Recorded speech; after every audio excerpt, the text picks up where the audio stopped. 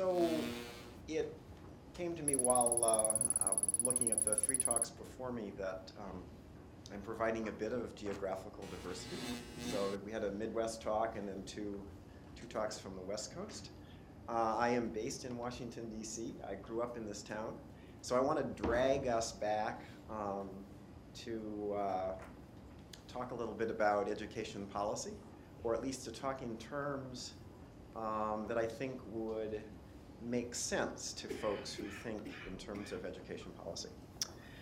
So I'm going to talk about education for future jobs, or rather, I told Moshe 2 months ago that I would talk about education for future jobs. But as I was preparing the talk, I was a little bit concerned that this title would suggest that I would provide some answers. So without actually it being too late to change the title, I thought perhaps I would make a small change to indicate some of the uncertainty that I feel with respect to a number of aspects. So with that one correction in the title, let me move ahead. So I want to talk about the link between the job impact of AI and its effect on education. And so in doing that, shifting the focus away from jobs to skills, which is very, very much consistent with a number of comments that people have made in this summit. In particular, I want to focus on two questions. What transition is required, and is that transition one that's feasible? And to do this, I want to suggest that it would be useful to use a tool from education, a tool that our previous speaker has suggested might actually be problematic, but I think in the education policy space there are some good reasons to use it. That tool is standardized tests, and I'm proposing that we evaluate what AI can do using standardized tests.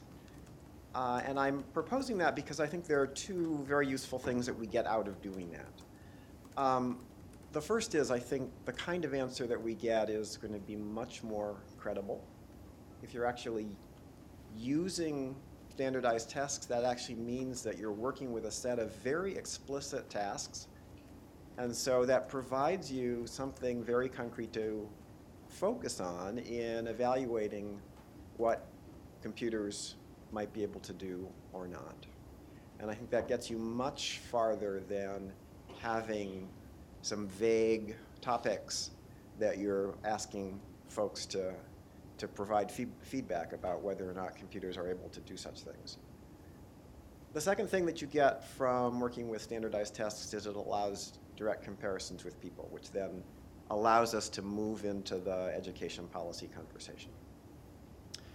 I want to note, just in passing, that these two benefits are in contrast to the work done by both the Oxford and the McKinsey teams in trying to project what's going to happen with jobs. So, in having this conversation, I want to focus on a particular set of tests. That's partly to make this concrete. So I'm going to talk about one particular test, and that's the OECD's Survey of Adult Skills, which is known as the Piak. So Piak measures 3 skills that are widely used at work. Those are literacy, numeracy, and a type of problem solving. And about 3/4 of workers in developed countries use one or more of those skills every day at work. So these are not just miscellaneous skills that this test assesses. They're important to work in a lot of contexts. And on the education side, we make a huge investment in these skills to develop them. So these are also skills that are important in the policy landscape because we can use them to figure out whether or not the education system is doing in some manner what we think that we might want to have it do. So because of the association with education, we often think about these skills in academic terms. But one of the virtues of the Piak assessment is that it attempts to assess the skills in relatively practical ways that are arguably analogous to the kinds of things that an adult might need to do at work or in his or her personal life. So I want to just briefly talk about a couple of examples so that you have a sense of sort of the texture of the test and have a way of thinking about what its results look like. So this is a first example. It relates to the problem of making an international call. And the text that's involved in this example is the website that you might get if you Googled, how do I place an international call? So there's a text and it provides information. And then there's a question that asks, when would you need to dial a particular code?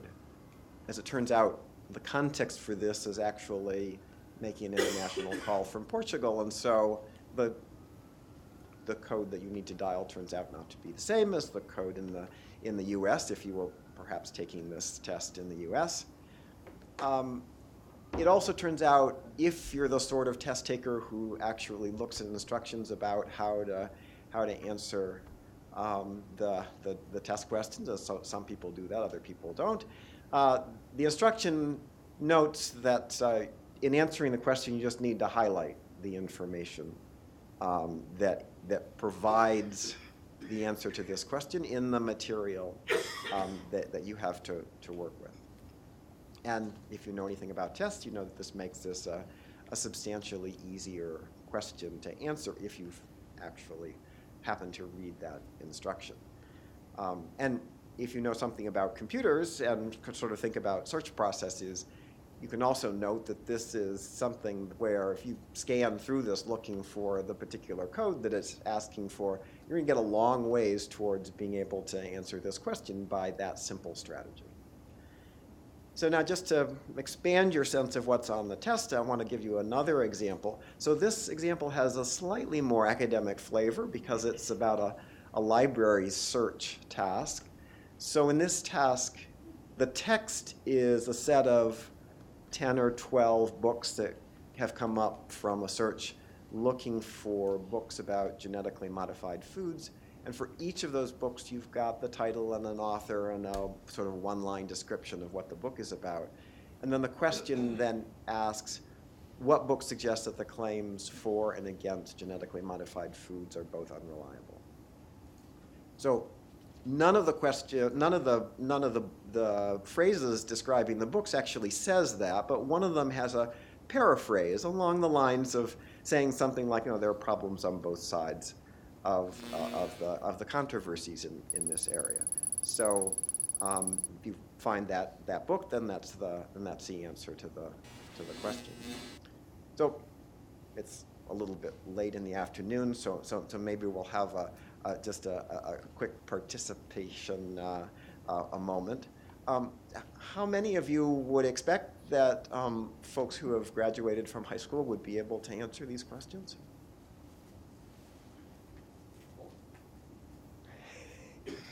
So maybe a third. What about folks who've graduated from college? Okay, so maybe 3/4, 80%.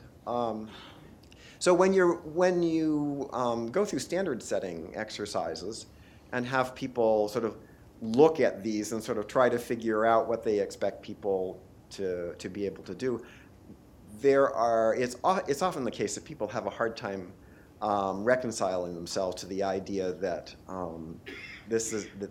that people who are high school graduates might not be able to do these. So there's a sense that, after someone has gone through a dozen years of school, that these sorts of things you would expect to be sort of part of the equipment for what people have with respect to their sort of foundation skills. Now, Piak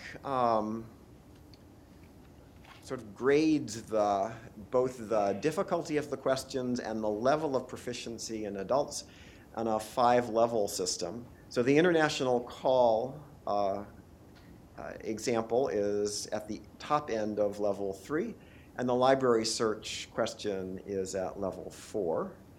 And because of the Piak program, we've got information about how adults in developed countries do. So here are the rough distribution. So we have roughly half of the adults in OECD countries who are at level 2 or below, so they're not able to do either of the 2 examples. So then we have a half of the adult population that is able to do the question at level 3, so that's the international call question. And then just 11% that is able to, that had proficiency at levels 4 or 5, and so is able to do the question with respect to the library search. Just a technical point, being able to do in this context means that you're able to answer questions sort of at this difficulty level about 2/3 of the time. So this is not a 95% level of performance, but it's sort of you're sort of within a reasonable level. So now, in recent work, this is work at the OECD. We took the same set of questions that are given to adults in countries to answer, and we gave them to a group of computer scientists and asked them to figure out, with the current state of the art, can computers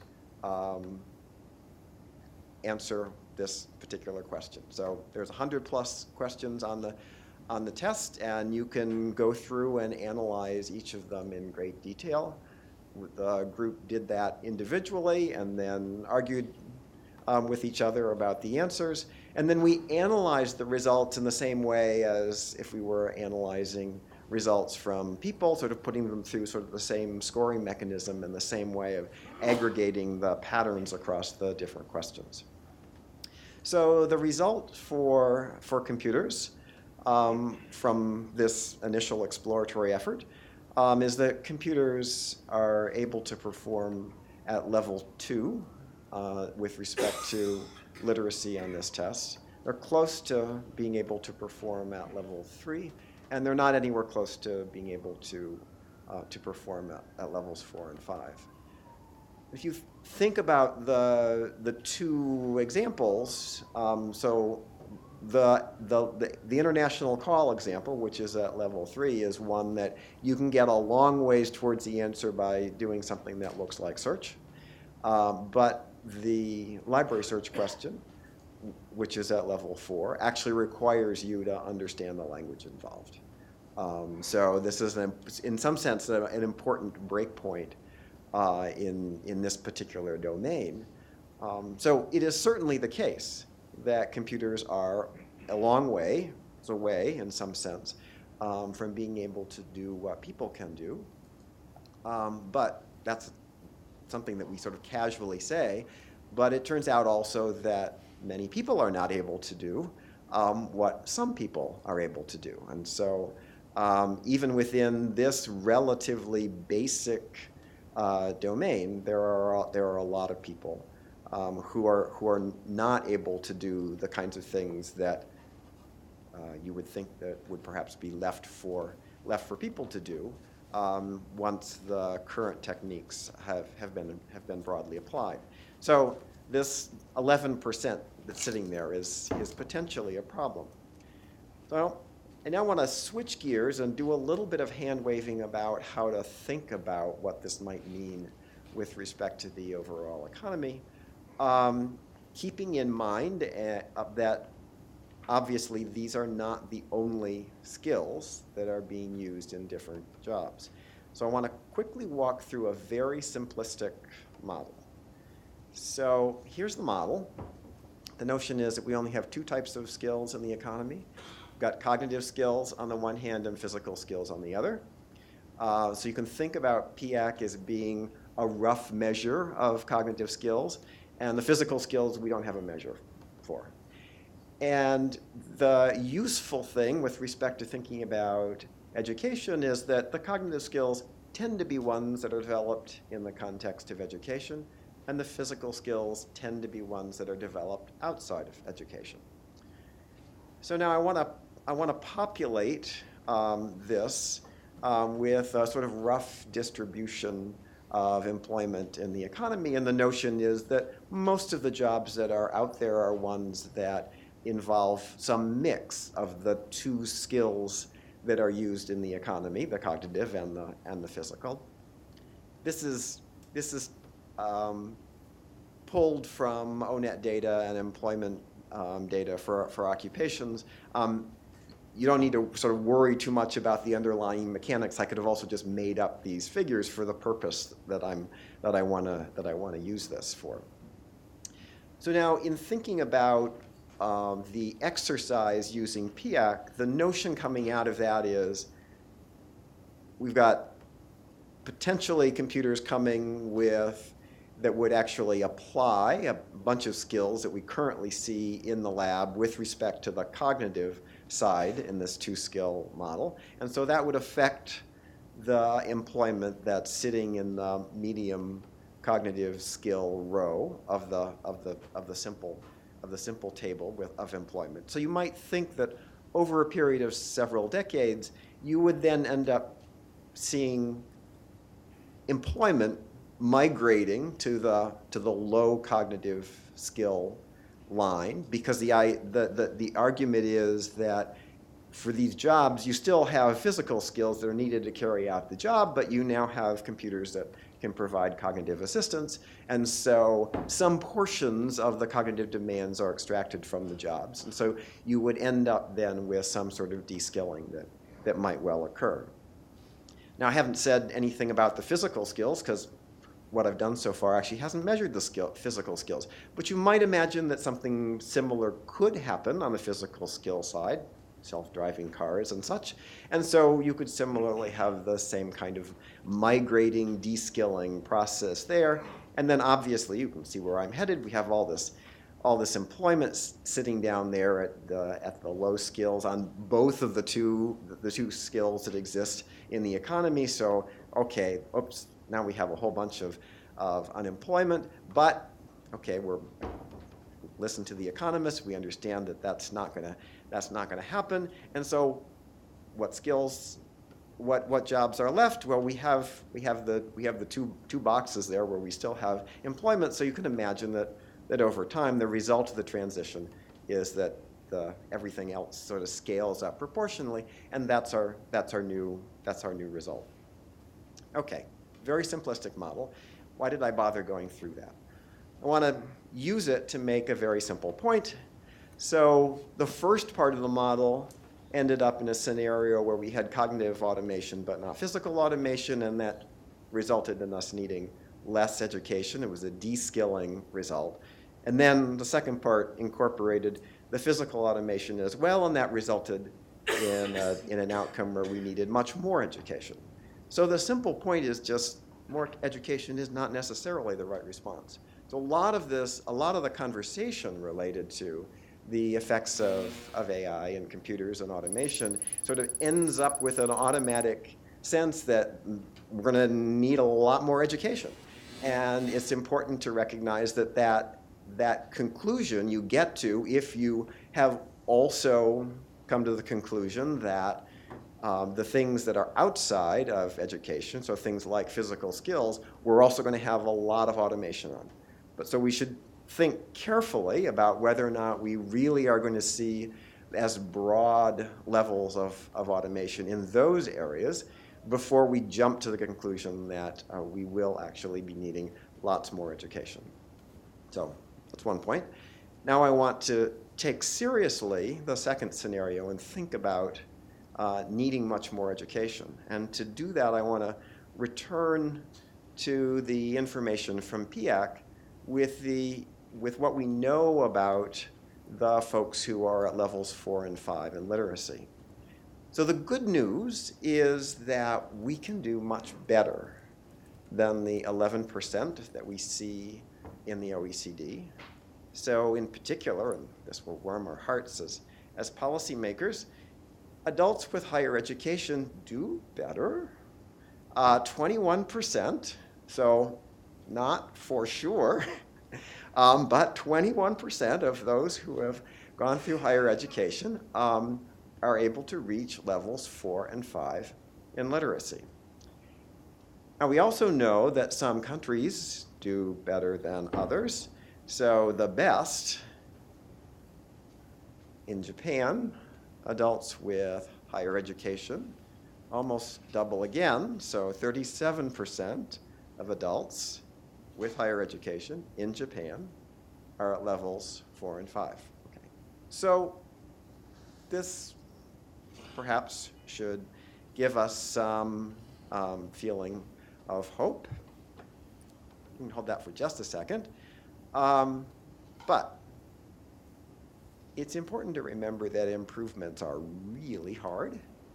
And despite widespread efforts in most countries to both increase the quantity of education and improve the quality of education over the last many decades, on average, in the OECD, there's been a decrease of 2 percentage points over the last couple of decades in the proportion of adults at levels 4 and 5 in literacy.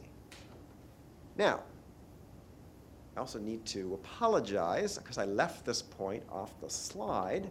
Since this is a US audience, you might be interested in what happened within the United States. The decline within the United States was 6 percentage points over this period of time.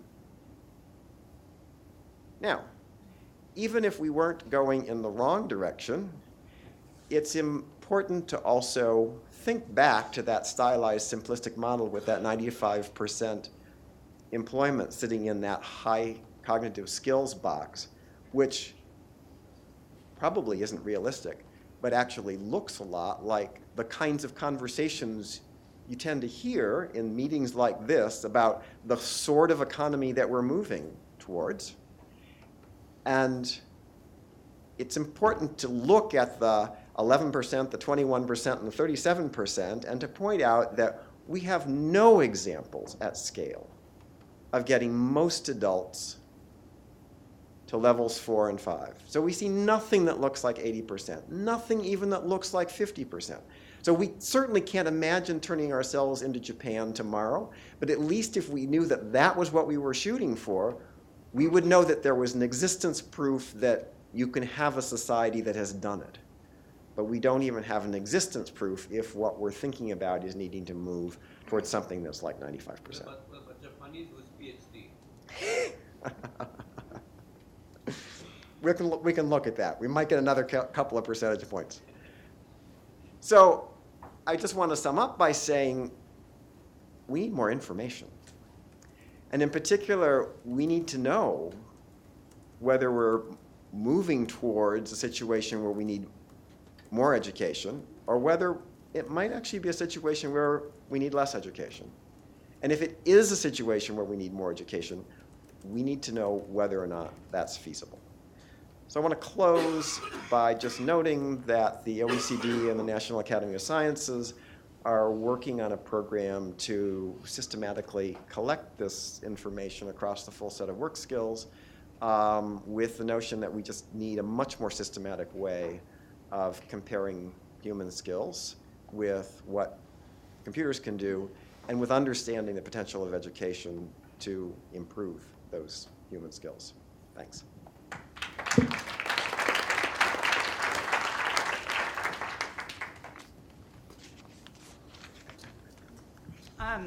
So maybe not shockingly, given what I just said, I'm not going to go against, I've read your paper before coming, so I'm not going to go against the finding at all just because it happened to involve a standardized test, but rather, maybe the question isn't whether we need more education, but do we need more purpose?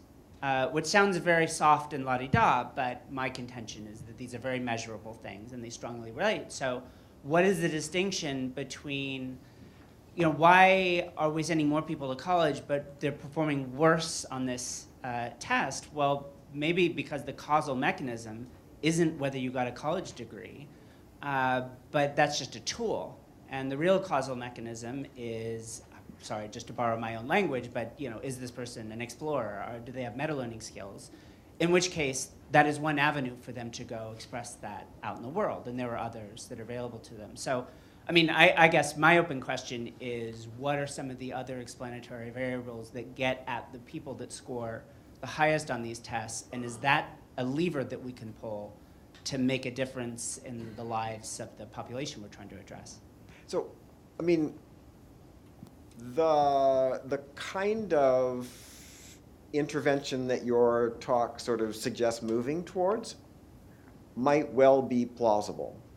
But I think the situation that we're in means that if you're sitting in Washington and you sort of say, well, okay, there's this technology that we can see in the lab, and we sort of know historically that, a few decades from now, probably it will have been applied in a lot of places where it could potentially be applied. And so maybe we should be thinking about doing something. And the problem is there isn't a policy that we can turn to and say, okay, yeah, that's the direction that we can go, and we know that this thing will get us there. So you tell a very attractive story, but you just sort of don't have all of the pieces there where you can say, yep, I've got an intervention, and I've demonstrated that I can scale it up and it works. So that's the.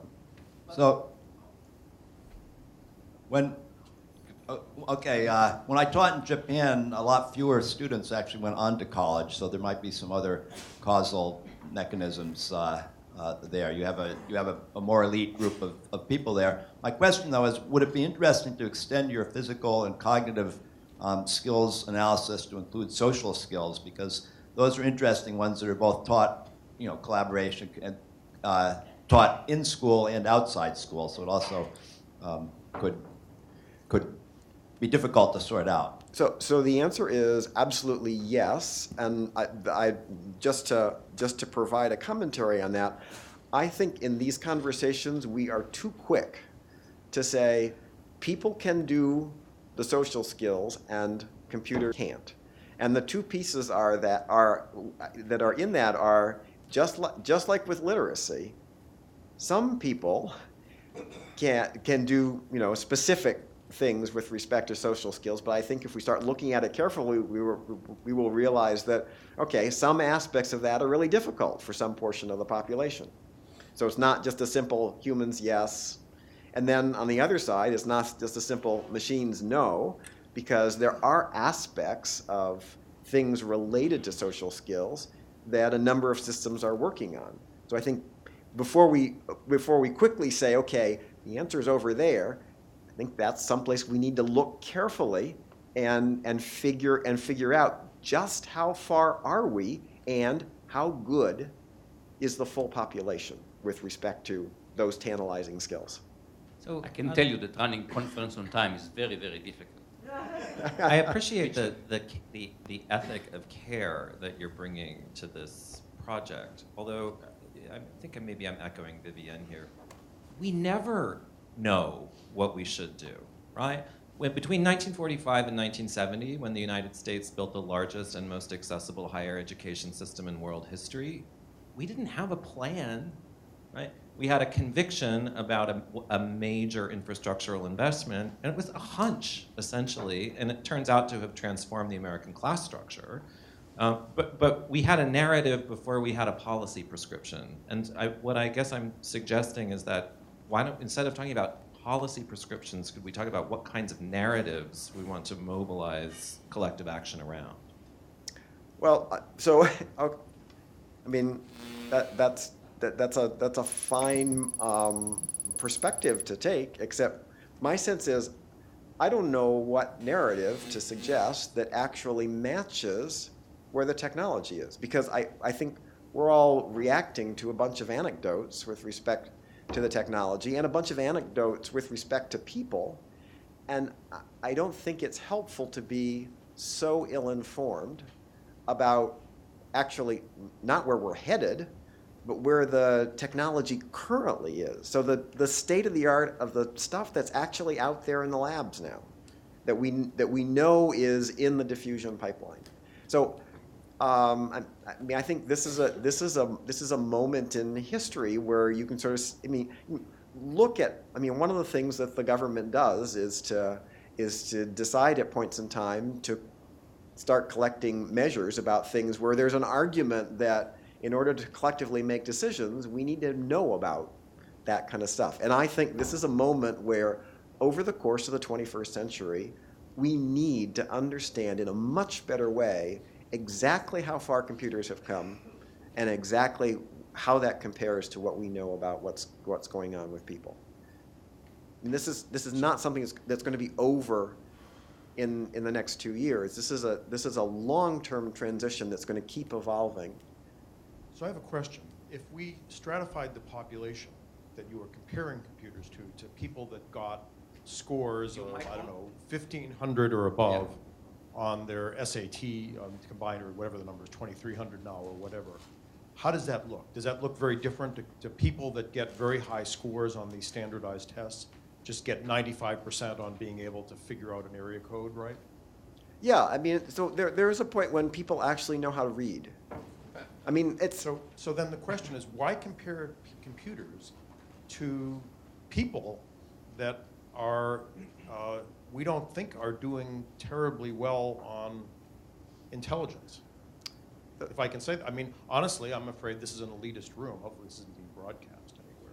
But I think it's the wrong, it's a real interesting question, how to educate our public better, and that we need to do, and I think that's Vivian's comment. What can we do? That seems like a national crisis. So I think there's no question, but I don't think that's the right metric for comparing computers. No, but the point is, this is the set of capacities that's out in the labor market. So these are the kinds of things that people are able to do that are out there doing the jobs that are being done. So it's obviously not a complete set of skills, but the notion is, if you want to have a way of thinking about what's likely to be vulnerable, it's a measure. So it's Vint again. I'm going to take a slightly contrarian perspective and argue that we already know that computers can do some things a lot better than humans can. And we don't get all bent out of shape and try to train humans to, do the kinds of billions of transactions per second that we make our computers do.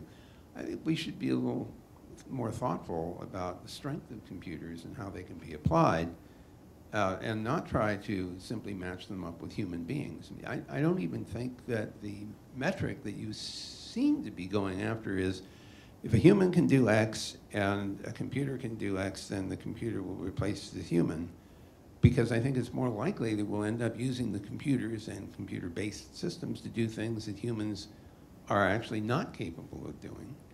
And it's already happening. So I just don't, I'm not sure that your attempt to make this replacement argument actually makes a lot of sense to me. So there.